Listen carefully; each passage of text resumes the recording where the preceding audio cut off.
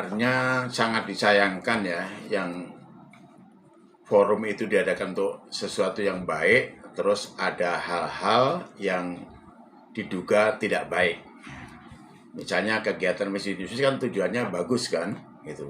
Tetapi kok di antara kegiatan itu ada hal-hal yang dinilai oleh masyarakat tidak baik gitu. Nah, ini yang sangat disayangkan. Ketidakbaikan ini muncul karena adanya pengaduan dari korban yang informasinya dari media sosial yang saya baca itu di foto body checking ya. Ya kan, body checking ya, atau checking body ya. Itu dengan difoto yang tanpa busana gitu. Nah, ini tentu bagi anak-anak peserta Miss Universe yang tidak pernah melakukan atau berbuat seperti itu sangat mengganggu perasaannya, pikirannya. Bahkan bagi yang tidak pernah melakukan atau mengetahui hal-hal yang seperti itu sangat tabu, bisa menjadikan trauma dalam hidupnya. Ini masing-masing orang berbeda gitu. Karenanya kita harus melihat dari sisi hukum. Menurut saya pertama harus dilihat apakah awal mula saat mendaftar sampai proses perjalanannya tuh hal-hal seperti itu diatur atau tidak, dikemukakan atau tidak, kemudian misalnya lisan disetujui atau tidak setelah dimengerti syarat-syaratnya begini. Kalau tertulis ada nggak dicantumkan dalam klausul-klausul tentang kesepakatan untuk peserta universitas itu harus ada kegiatan misalnya body checking ya, itu ada tidak gitu. Kalau misalnya tidak ada, tahu-tahu diadakan misalnya dadakan atau tanpa persetujuan lebih dahulu, nah ini pada umumnya dipahami sebagai perbuatan yang melawan hukum. Tinggal pihak nanti yang melakukan foto itu dia akan berdalih, kan sudah setuju saja suruh masuk ruangan sini kita foto, suruh kita mau, bisa juga dia ngomong seperti itu. Tetapi bagaimana pihak si korbannya dulu, itu yang pertama. Jika misalnya nanti mengatakan saya sudah minta persetujuan karena saya masuk ruangan mau dan saya lakukan pemotongan dia mau, berarti ada persetujuan, belum tentu. Nah, nanti bisa minta pendapat ahli itu kalau misalnya ada pertengkaran atau perselisihan tentang pendapat setuju atau tidak dengan masuknya ke ruangan untuk dilakukan pemotretan itu.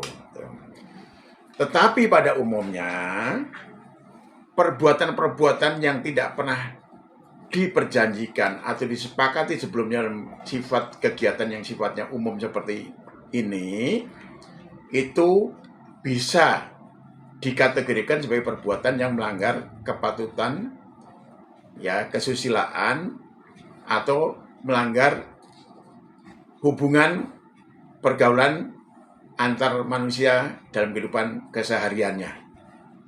Seperti itu.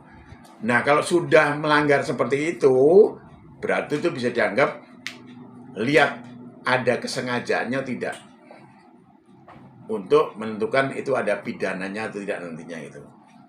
Kalau ada kesengajaannya, apalagi sampai ada unsur pemaksaannya misalnya, bentuk pemaksaannya nanti penyidik yang akan ngecek atau melakukan pemeriksaan dan bahkan minta pendapat ahli, itu bisa juga.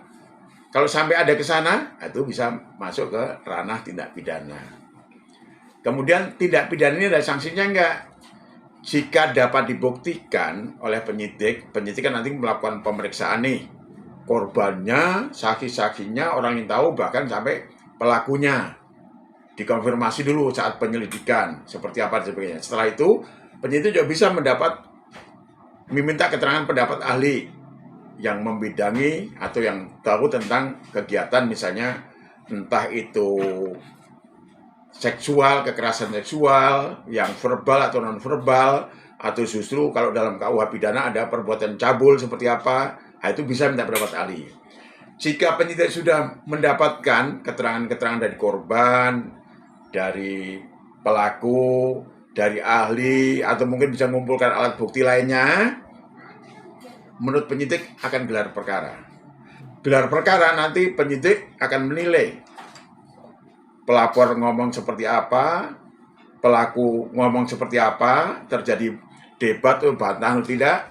Nah, berdasarkan gelar perkara ini penyidik akan menentukan kalau memenuhi unsur akan ditingkatkan ke proses penyidikan. Tadi penyelidikan awalnya, memenuhi unsur tingkat ke penyidikan. Di proses tingkat penyidikan ini akan dilakukan pemeriksaan lagi. Kalau tadi kan prosesnya penyelidikan nih, konfirmasi, minta keterangan, seperti apa sih gelar perkara dirumuskan, memenuhi unsur, naik ke tingkat penyidikan. Di tingkat penyidikan ini masih ada tersangkanya. Tersangkanya itulah pelaku. Korbannya adalah saksi. Kemudian nanti ada ahli. Juga ada alat bukti, apakah hasil rekamannya, hasil fotonya, tentu alat yang dibuat foto masih disita oleh pihak penyidik nantinya gitu. Nah ini kalau diklopkan memenuhi unsur tindak pidana. Tindak pidananya apa? Masyarakat pada umumnya kalau KUHP kita nggak ada istilah pelecehan, itu nggak ada. Zaman dulu waktu KUHP Belanda dibentuk ya, di sana ada perbuatan cabul gitu loh. Nah perbuatan cabul itu apa? Perbuatan cabul itu yang perbuatan yang bertentangan ya, bertentangan dan dianggap melanggar kesopanan kesusilaan. Kesopanan kesusilaan itu sudah dianggap sebagai perbuatan cabul. Nah, ini pemotretan tanpa busana itu dianggap seperti apa oleh masyarakat? Nanti ahli akan menjelaskan apakah ini masuk sebagai perbuatan yang melanggar kesusilaan atau kesopanan atau tidak. Kalau dianggap oleh ahli itu melanggar kesusilaan, melanggar kesopanan, masuklah unsur tentang adanya perbuatan cabul itu KUHP. Tetapi selain KUH pidana, ada juga undang-undang yang baru nih, Undang-Undang Nomor 12 tahun 2022. Undang-undang itu undang-undang tentang tindak pidana kekerasan seksual. Nah, di dalam undang-undang ini jelas diatur kekerasan seksual ada verbal sama non-verbal.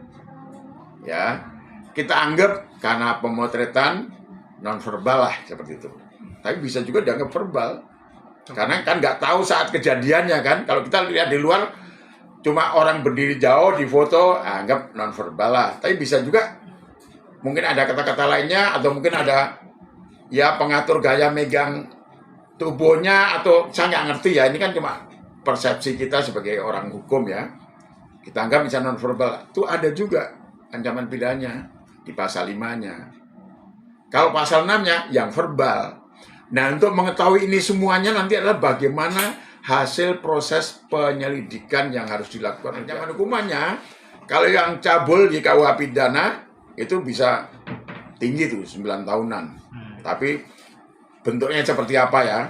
Ada kekerasannya tidak? Ini kan cuma kita memberikan pemahaman kepada masyarakat. Ancamannya tinggi loh. Nah, itu kekerasan tidak nanti pokoknya tinggi, bisa ditahan nih kalau ancaman 9 tahun. Tetapi kalau dari undang-undang tentang tindak pidana kekerasan seksual, kalau non-verbal, ancaman hukumannya 9 bulan, denda 10 juta.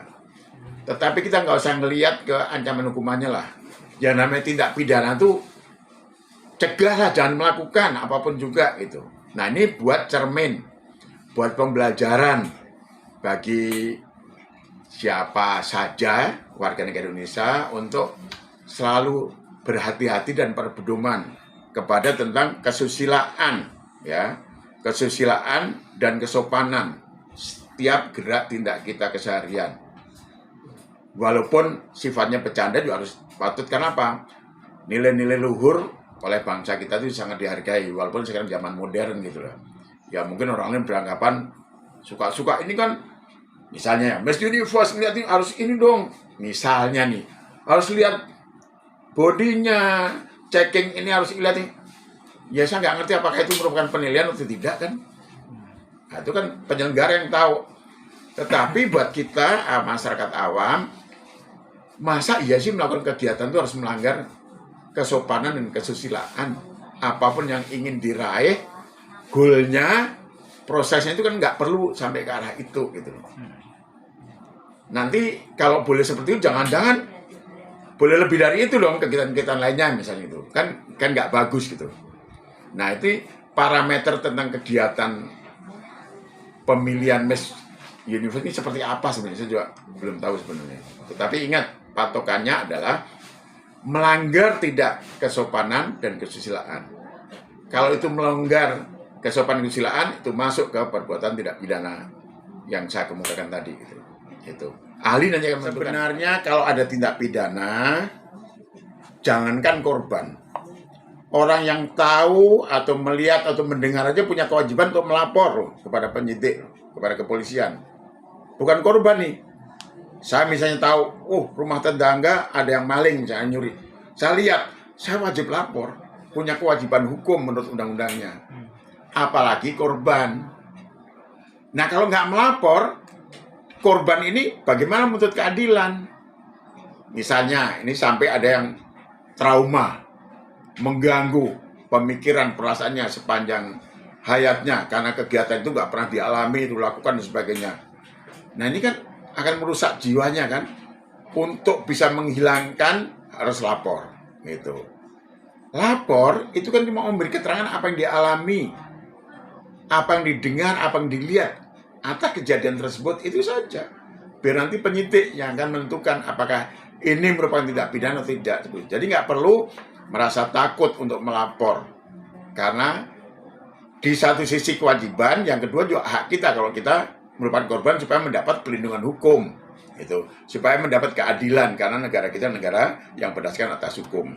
Jadi saya sarankan kepada masyarakat, setiap gerak-gerik sikap tindak kita keseharian dan kehidupan sehari-hari, ingat minimal jangan melanggar kesopanan dan kesusilaan.